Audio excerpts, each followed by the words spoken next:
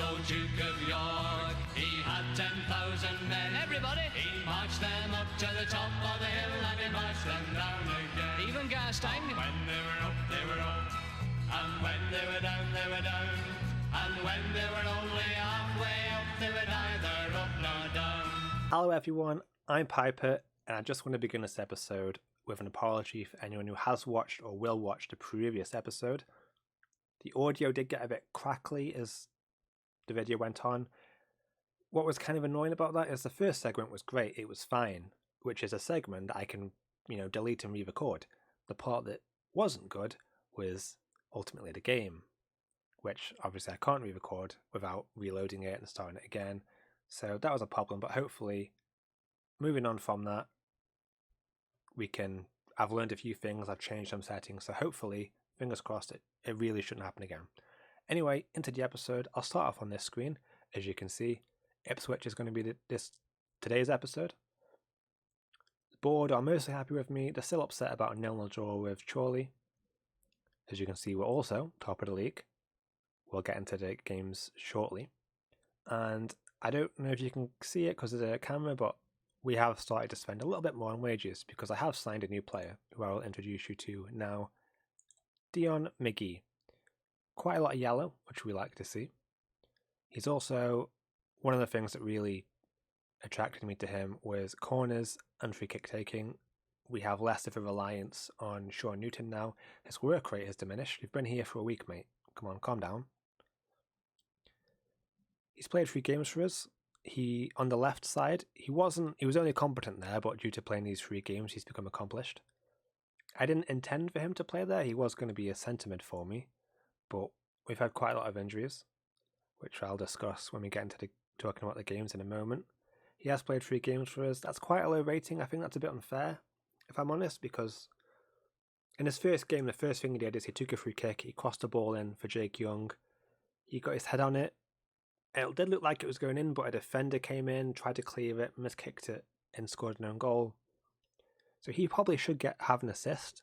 He seems to be the player who gets the assist to the assist, so I think his average rating is quite low, but I don't think that's quite a true reflection of the effect he's had on the team for me.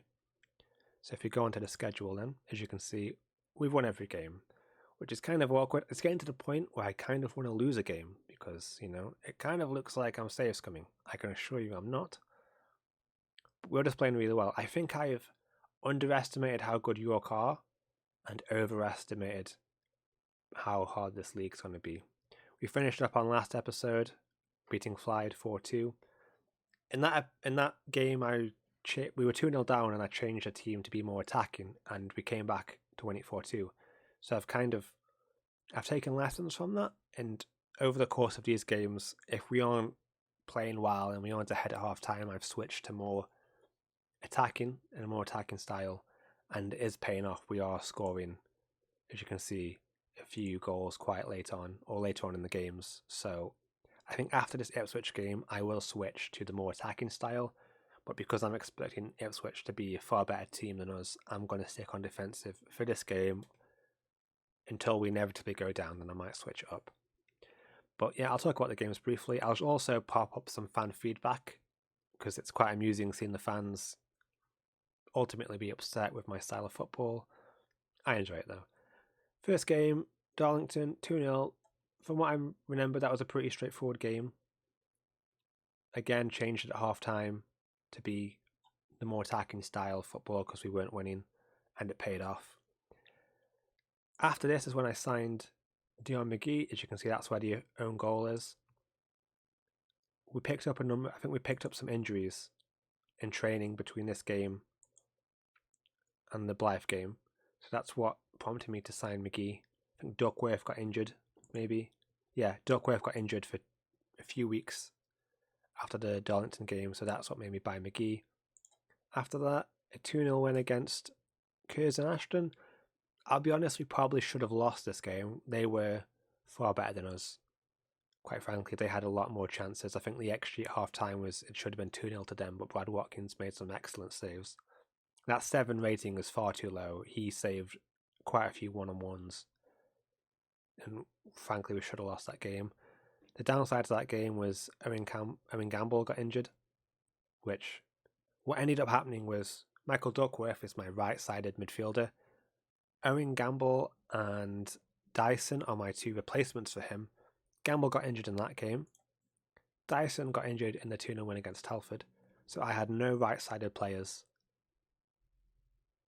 He got injured quite early on, I think. So I had to take him off because it was affecting his performance, and I just didn't have any right-sided players. So McGee has proven to be really good. I've needed him ultimately, as much as he does kind of mess up my wage budget even more. I needed him.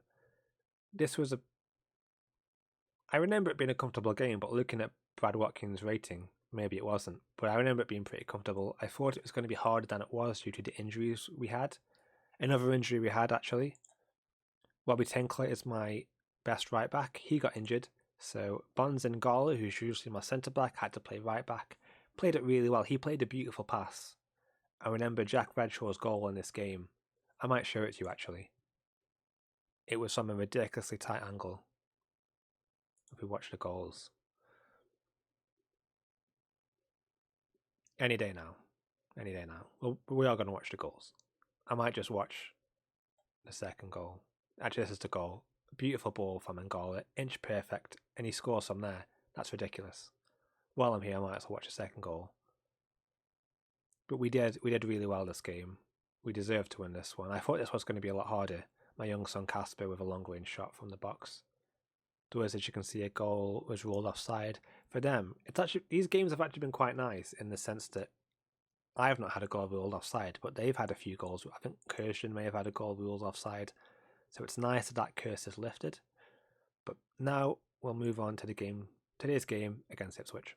So this is a team that I'm going to be playing against Ipswich. Back to my strongest team, almost. I'm still missing Harry Bunn. I think when Harry Bunn returns, I'll move McGee back into the middle. But yeah, most of the injuries are back now. Robbie Tinkler's returned. As you can see, though, his match sharpness has gone down a bit. Duckworth is back. I rested him, so he's ready for this game.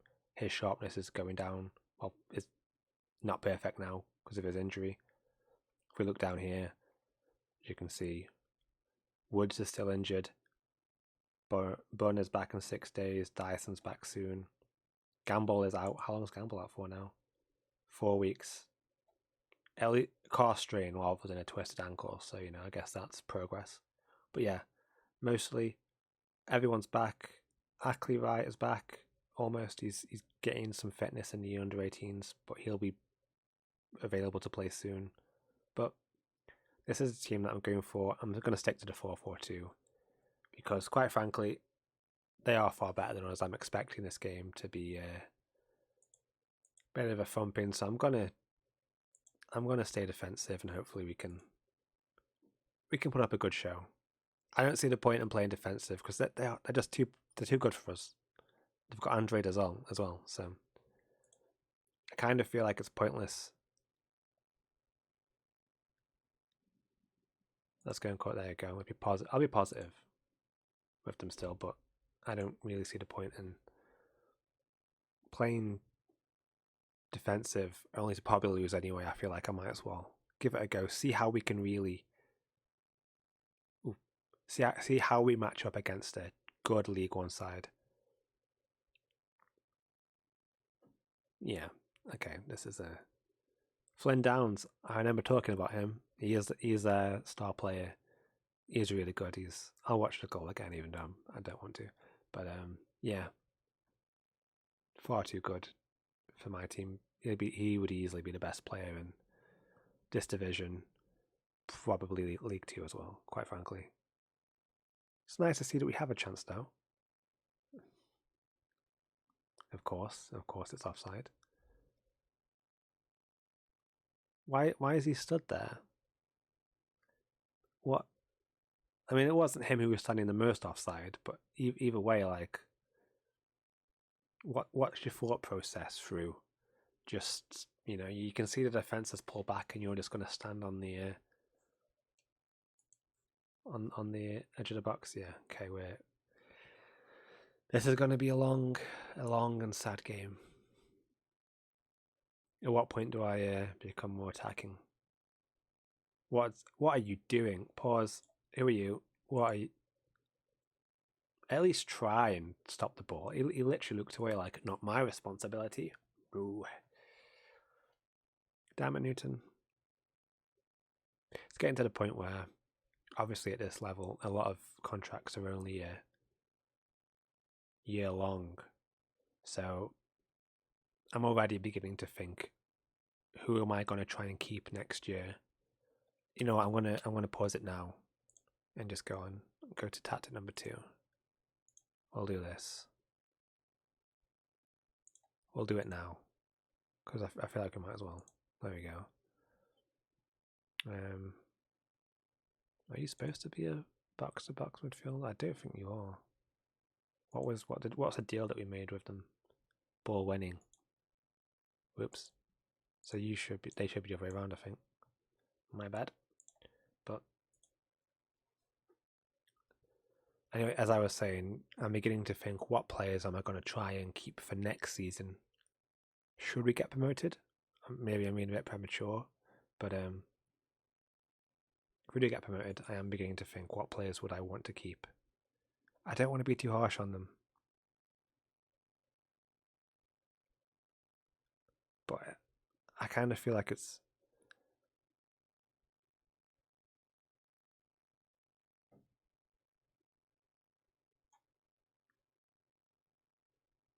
Yeah, I'm just going to kind of be positive.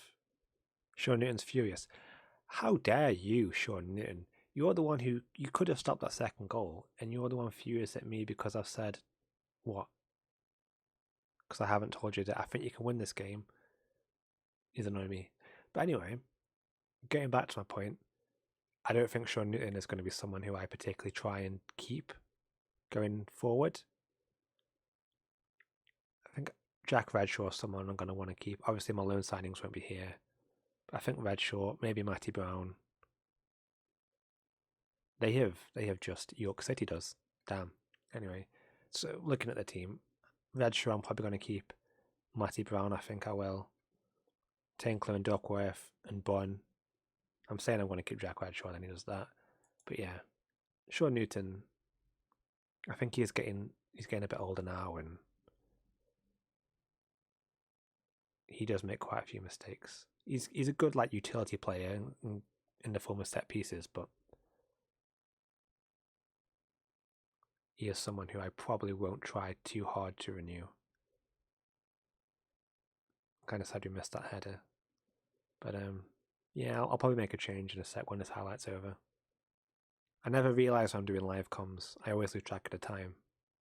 Quite often it gets to 70, 80 minutes, and I'm like, oh, I've not made a sub. We're getting that's, on one hand, I'm sad. On the other hand, it's what I expected. I'm going to try and make some subs. I want to make some subs now to try and save some of my better players for the games coming up. I think McGee's probably quite tired. In danger of being booked.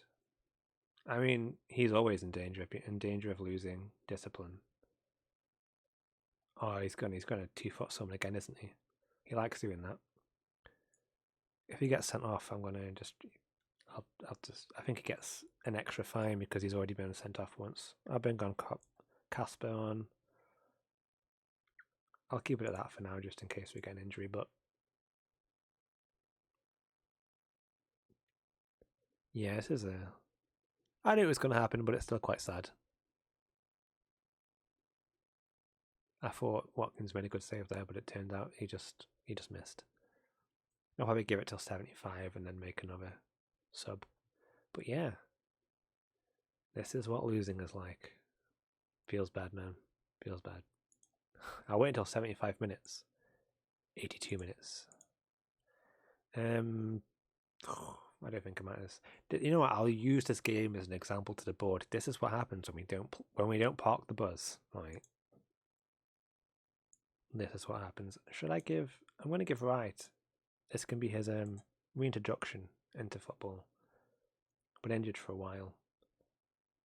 Hopefully he can get his match sharpness. These 7 minutes that he's going to get are going to get his match sharpness back up to perfect, no doubt. But yeah, disappointing. Oh well, FA Cup dream is over. It wasn't a pleasing performance. I'm not going to lie to them, assistant manager. I can tell them they gave it everything. I'll tell them that. Everyone's demotivated. Okay, well, apart from Kieran. Kieran sat on the bench all game. What? Lorraine Clayton. I'm sorry, Lorraine. Horizon out. That was dreadful.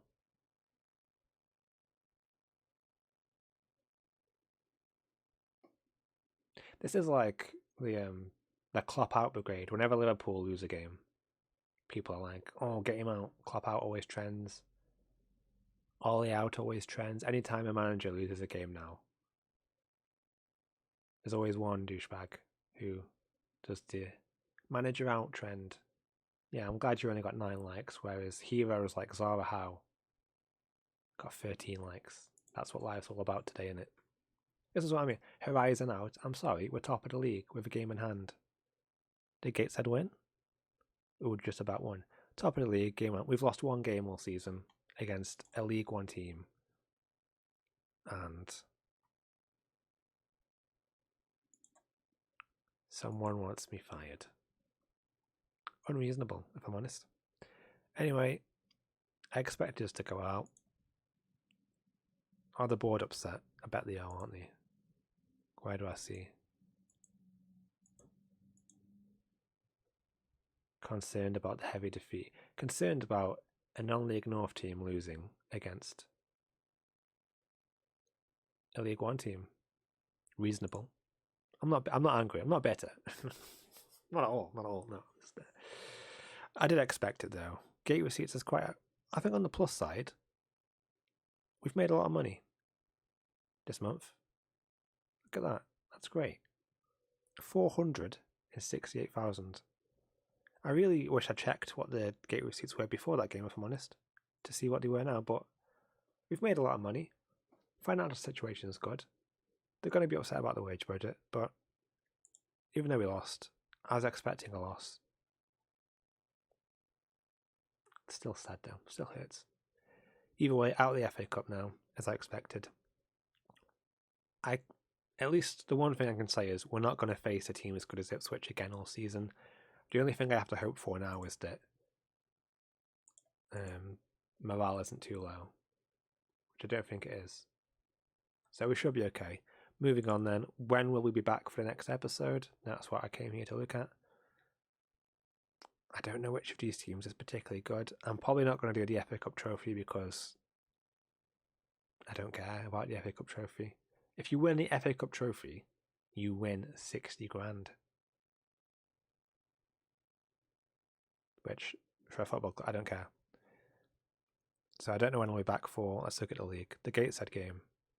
Maybe. I might be back for Gateshead. Yeah, I'll probably be back for the Gateshead game. Maybe. I don't know. Who's in? Let's look at the league. Alphington and Brackley are up here. Are we playing them? I think we're playing them soon. Yeah, so whichever one of those two is higher, we'll be back for one of those 2 games. But yeah, until then, thank you for watching. I want to check the audio, see if it's behaved itself. And I hope you have a wonderful day.